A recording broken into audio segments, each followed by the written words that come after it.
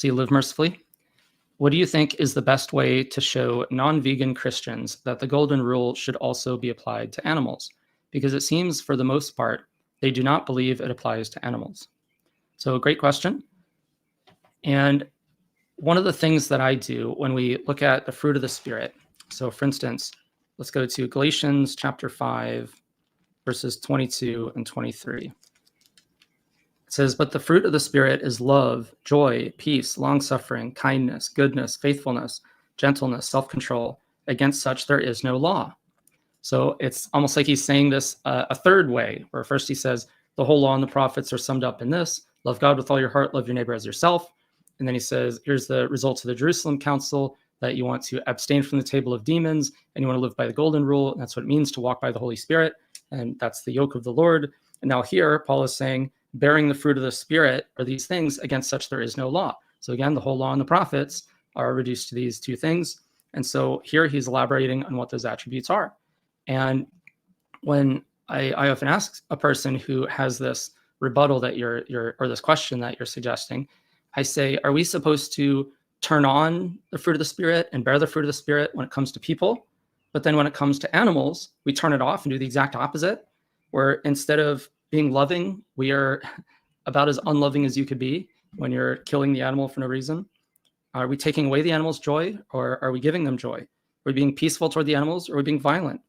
Are we long-suffering, being patient, or are we saying, no, I want to kill you so I can fulfill the desires of my flesh?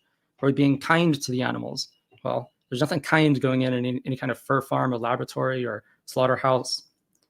And are we doing goodness? Are we doing the things that God says are very good? Genesis 1:29 and 1:31, it says, eat the fruit of the tree and the green plants of the ground, or the plants of the ground, that shall be your food. And God saw that it was very good. So are we doing that very good thing, or are we doing the opposite and saying, well, that's not good enough, God. I want animal flesh. I want to taste flesh and blood. Are we being faithful to God? Or are we eating at the table of demons, eating that flesh and blood? And like gentleness, are we being self-controlled in our appetites? We might say, well, I just really desire steak. It's like, well, are we being self-controlled, or are we giving into those desires to do things that are contrary to God's will? And so when we kind of go through them individually like that, then it kind of maybe makes more sense, where it kind of fits together. And hopefully that would be helpful to somebody who is struggling with that, where they think, well, I'll treat people as I want to be treated, but I'm not going to treat animals as I want to be treated.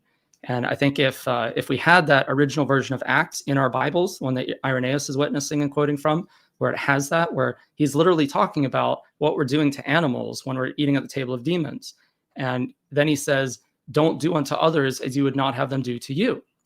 Well, the things that we're doing to the animals when we're slaughtering them and sacrificing them and shedding their blood and strangling them, he's saying, don't do those things to animals that you don't want done to you. So that's part of the reason why I think it's probably not due to some scribal error that it was removed, but probably a sort of malicious actor who wanted to intentionally get rid of that, because that connection was so explicit there that the golden rule does apply to animals in the Jerusalem Council.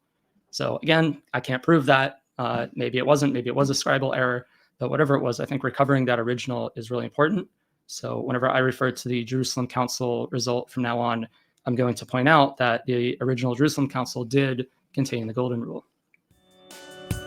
Thanks for watching that video, and be sure to like and subscribe and hit that bell icon to be notified of future videos. And I think you would like this other video that we made.